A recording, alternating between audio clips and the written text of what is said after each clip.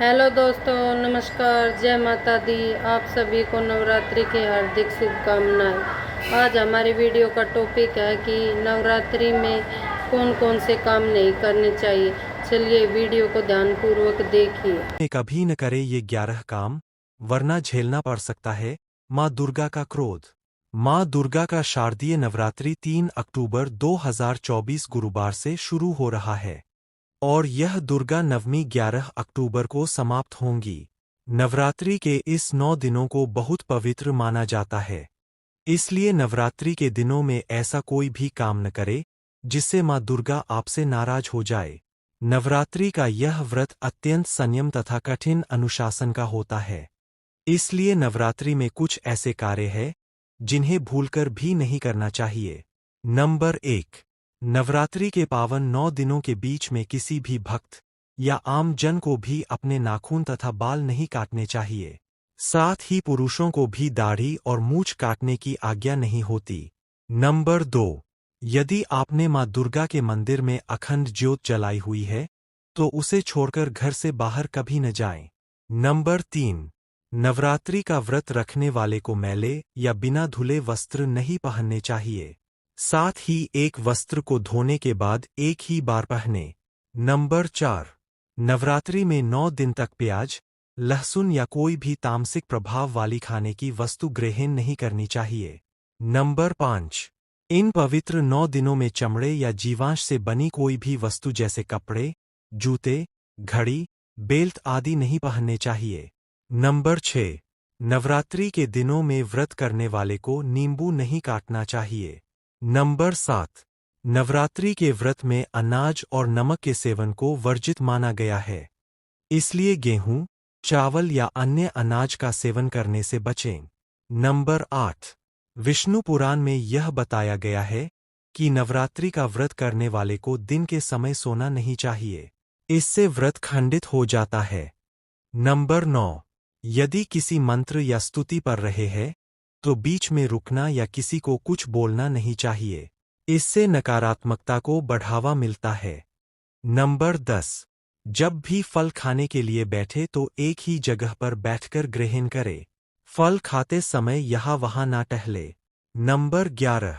किसी भी दंपति को नवरात्रि के पावन दिनों में शारीरिक संबंध नहीं बनाने चाहिए, इससे पाप लगता है तथा आपका व्रत भी खंडित जाता है। यह कुछ कार्य थे जो नवरात्रि में करने से माँ दुर्गा कुपित हो सकती है, इसलिए माँ दुर्गा के ये 9 दिन बहुत ही धैर्य और संयम के साथ रहे। अब यहाँ से दूसरी कथा को सुनिए। अनसुलझे रहस्यों से भरा कैलाश पर्वत के अनसुलझे रहस्य।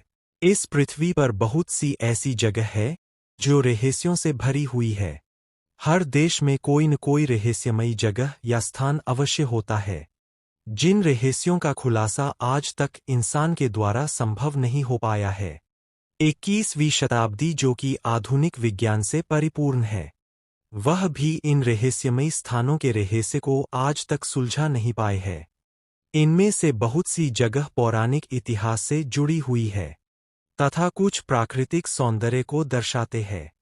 आज हम ऐसे ही एक रहस्यमयी पर्वत कैलाश पर्वत के बारे में बात करेंगे, जिसका रहस्य आज तक वैज्ञानिक भी सुलझा नहीं पाए है। तो आइए जानते हैं कैलाश पर्वत से जुड़े रहस्यों के बारे में। नंबर 1।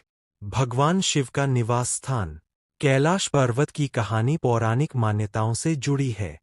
इसमें यह बताया गया है कि कैलाश पर्वत भगवान शिव का निजी स्थान था, जहां पर भगवान शिव रहा करते थे। विवाह के पश्चात भगवान शिव संपूर्ण परिवार के साथ कैलाश पर्वत पर निवास करते थे, इसलिए आज भी कैलाश पर्वत पर अलौकिक शक्ति का प्रवाह रहता है। नंबर 2।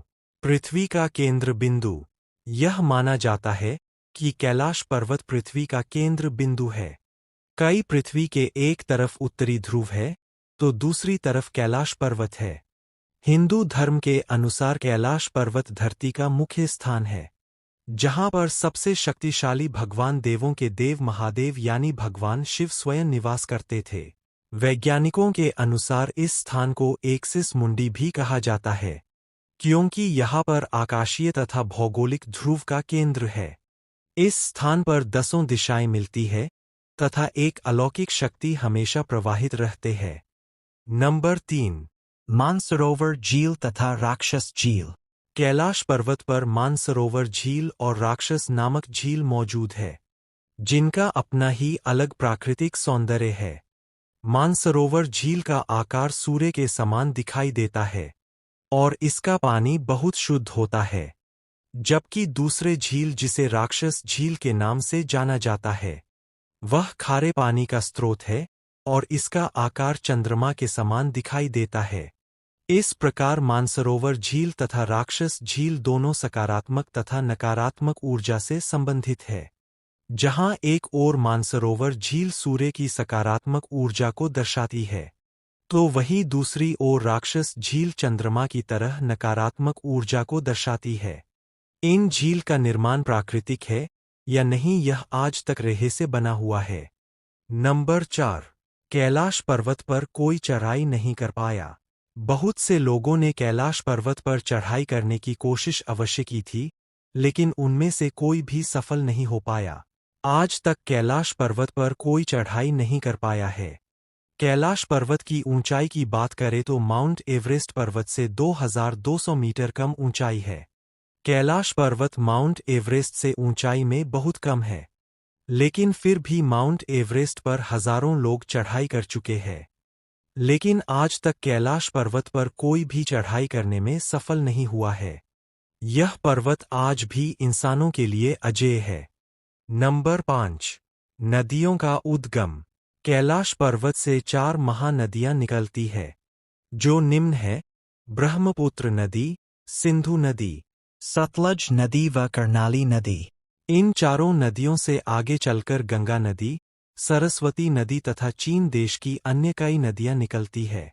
कैलाश पर्वत पर चारों दिशाओं में जानवरों के मुख बने हुए हैं, जिनमें से नदियों का उद्गम होता है, जिसमें निम्न है: अश्वमुख हाथी का मुख, शेर का मुख और मोर का मुख। नंबर 6, ओम तथा डमरू की आवाज। कैलाश पर्वत मानसरोवर झील के क्षेत्र में जाते ही हमें डमरू जैसी आवाज सुनाई देती है। डमरू के साथ साथ ओम शब्द की ध्वनि मंद मंद सुनाई देती है।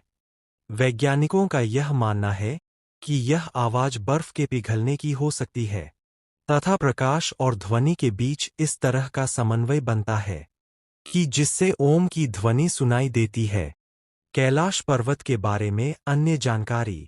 कैलाश पर्वत तिब्बत में स्थित एक पर्वत श्रृंखला है।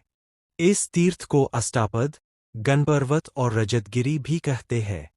कैलाश के बर्फ से ढका 6638 मीटर ऊंचे शिखर और उससे लगे मानसरोवर का यह तीर्थ है और इस प्रदेश को मानसखंड कहते हैं। पौराणिक कथाओं के अनुसार भगवान ऋषभदेव ने यही निर्वाण प्राप्त किया। श्री भरतेश्वर स्वामी मंगलेश्वर श्री ऋषभदेव भगवान के पुत्र भरत ने दिग्विजय के समय इस पर विजय प्राप्त की। पांडवों के दिग्विजय प्रयास के समय अर्जुन ने इस प्रदेश पर विजय प्राप्त किया था। युधिष्ठिर के राजसूय यज्ञ में इस प्रदेश के राजा ने उत्तम घोड़े, सोना, रत्न और याक के पूंछ के बने काले और सफेद चामर भेंट किए थे। इनके अतिरिक्त अन्य अनेक ऋषि मुनियों के यहाँ निवास करने का उल्लेख प्राप्त होता है। जैन धर्म में इस स्थान का बहुत महत्व है। इसी पर्वत पर श्री भरत स्वामी ने रत्नों के बेहतर जिनालय बनवाए थे। कैलाश पर्वत माला कश्मीर से लेकर भूटान तक फैली हुई है और लहाचू और झोंगचू के बीच कैलाश पर्वत है, जिसके उत्तरी शिखर का नाम कैलाश है। इस शिखर की आकृति विराट शिवलिंग की तरह है। पर्वतों से बने षोडशदल कमल के मध्य यह स्थित है। यह सदैव बर्फ से ढका रहता है। इसकी परिक्रमा का महत्व कहा गया है। तिब्बती लामा लोग कैलाश मानसरोवर की 3 अथवा 13 परिक्रमा का महत्व मानते हैं और अनेक यात्री दंड प्रणिपात करने से 1 जन्म का, 10 परिक्रमा करने से 1 कल्प का पाप नष्ट हो जाता है। जो 108 परिक्रमा पूरी करते हैं उन्हें जन्म मरण से मुक्ति मिल जाती है। कैलाश मानसरोवर जाने के अनेक मार्ग हैं, किंतु उत्तराखंड के पिथौरागढ़ जिले के अस्कोट, धारचूला, खेत, गरब्यांग, कालापानी, लिपुलेख, खिंड, तकलाकोट होकर जाने वाला मार्ग अपेक्षाकृत सुगम है। यह भाग 544 किलोमीटर लंबा है और इसमें अनेक चढ़ाव उतार है। जाते समय सरलकोट तक 70 किलोमीटर की चढ़ाई है, उसके आगे 74 किलोमीटर उतराई है। मार्ग में अनेक धर्मशाला और आश्रम है, जहां यात्रियों को ठहरने की सुविधा प्राप्त है। गर्वियंग में आगे की यात्रा के निमित्त याक, खच्चर, कुली आदि मिलते हैं। तकलाकोट तिब्बत स्थित पहला ग्राम है, जहां प्रति वर्ष ज्येष्ठ से कार्तिक तक बड़ा बाजार लगता है। तकलाकोट से तारचेन जाने के मार्ग में मानसरोवर पड़ता है।